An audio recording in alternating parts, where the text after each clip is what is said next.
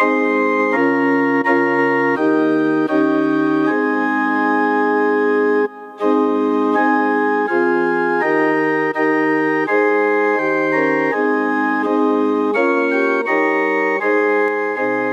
kita berdoa. Terima kasih Tuhan untuk kebaikan dan kemurahan Tuhan yang telah membangkitkan kami dari tempat tidur kami, sehingga kami boleh bangun dengan selamat dengan tidak kekurangan suatu apapun. Dan kami sebelum memulai aktivitas kami, izinkan kami bersekutu dengan Tuhan dengan berdoa dan mendengarkan kebenaran firman Tuhan melalui channel YouTube ini.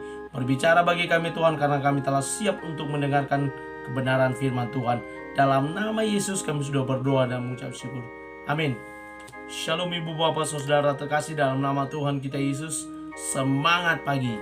Bertemu kembali di channel Rionando Butar-Butar dalam khotbah 5 menit aja toko 5 untuk renungan harian. Renungan pada hari ini saya ambil dari kitab Roma pasal 8 ayat yang ke-13. Demikian kesaksian firman Tuhan. Sebab jika kamu hidup menurut daging, kamu akan mati. Tetapi jika oleh roh kamu mematikan perbuatan-perbuatan tubuhmu, kamu akan hidup. Roh mematikan perbuatan daging. Ibu bapak saudara terkasih dalam nama Tuhan kita Yesus, saya ingat ketika mempersiapkan khotbah ini, ada channel YouTube teman saya yang juga marga butar-butar yang selalu menampilkan konten panco. Bapak Ibu mungkin tahu panco ya, di mana yang kuat mengalahkan yang lemah. Ketika seorang yang lebih kuat mendominasi orang yang lemah, maka yang kuat itu akan mengalahkan yang lemah. Dan mudah-mudahan nonton channel YouTube ini bagaimana panco-panco yang ditampilkan orang Amerika yang besar-besar ototnya, mereka melakukan panco, dan yang mendominasi yang kuat pasti akan mengalahkan mereka yang lemah. Dan kehidupan itu seperti itu.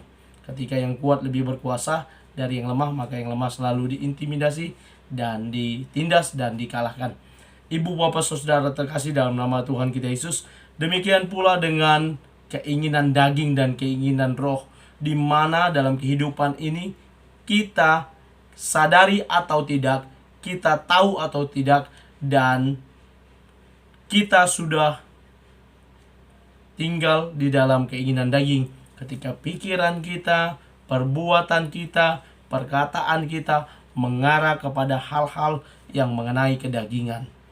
Dan ketika kita lebih mengikut kepada keinginan daging, maka kita akan jatuh dalam dosa. Sama seperti yang Tuhan Yesus katakan dalam Injil Matius, roh memang penurut tetapi daging lemah. Daging kita ini selalu lemah, sehingga kita sering kalah dalam pertarungan hati nurani.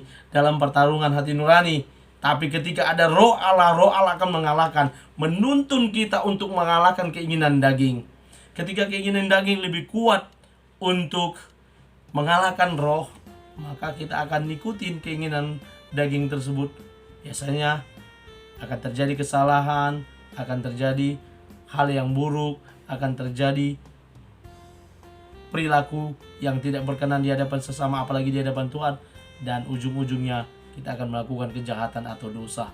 Itulah orang yang selalu menuruti keinginan dagingnya. Mari, dalam nats ini sangat jelas Rasul Paulus mengingatkan kepada orang-orang di Roma bagaimana mereka harus hidup dituntun, dipimpin oleh roh Allah.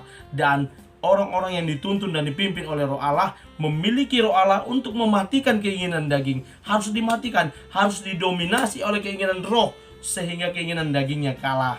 Tapi kalau kita hanya mengikuti keinginan daging saja, maka roh adalah penurut, dia akan mengikuti apa yang kita lakukan. Karena itu ibu bapak saudara, melalui renungan pada hari ini yang boleh mengingatkan kita sebagai anak-anak Tuhan, kita telah diberikan, dicurahkan Roh Kudus yang kita peringati pada hari Minggu kemarin tanggal 23 Mei. Bagaimana Roh Kudus dicurahkan atas murid-murid orang-orang percaya pada saat itu, 3.000 orang bertobat, dan kita adalah bagian dari orang yang kemudian menerima kasih karunia Allah, yang juga telah menerima pencurahan Roh Kudus. Roh telah bekerja dalam hidup kita untuk mematikan perbuatan-perbuatan tubuh kita. Maka kita akan terus dihidupi, diperbaharui setiap hari, karena Roh Allah bersedia menuntun, memimpin kita kepada jalan kebenaran dan hidup. Amin. Kita bersatu dalam doa. Terima kasih Bapa untuk firman-Mu yang telah kami dengarkan. Berkati firman-Mu boleh bertumbuh buahnya lebat melalui cara hidup kami yang berkenan di hadapan sesama, terlebih lagi di hadapan Tuhan. Mampukan kami sebagai anak-anak Tuhan untuk menjadi pelaku-pelaku kebenaran firman Tuhan. Berkati seluruh jemaat-Mu, seluruh Bapak Ibu yang mendengarkan channel YouTube ini. Engkau berkati mereka dalam setiap pergumulan mereka. Sembuhkan yang sakit, pulihkan yang lemah, hiburkan yang bersedih, dan apapun yang sedang menghadapi masalah, siapapun mereka, Tuhan tolong mereka dalam menyelesaikan masalah mereka. Berikan solusi terbaik, jalan keluar yang terbaik, sehingga mereka beroleh kelepasan dan beroleh jalan keluar yang terbaik. Terpuji nama Tuhan. Kami mulai aktivitas kami pada hari ini. Dalam nama Yesus kami berdoa. Amin. Selamat beraktivitas. Tuhan Yesus memberkati. Shalom.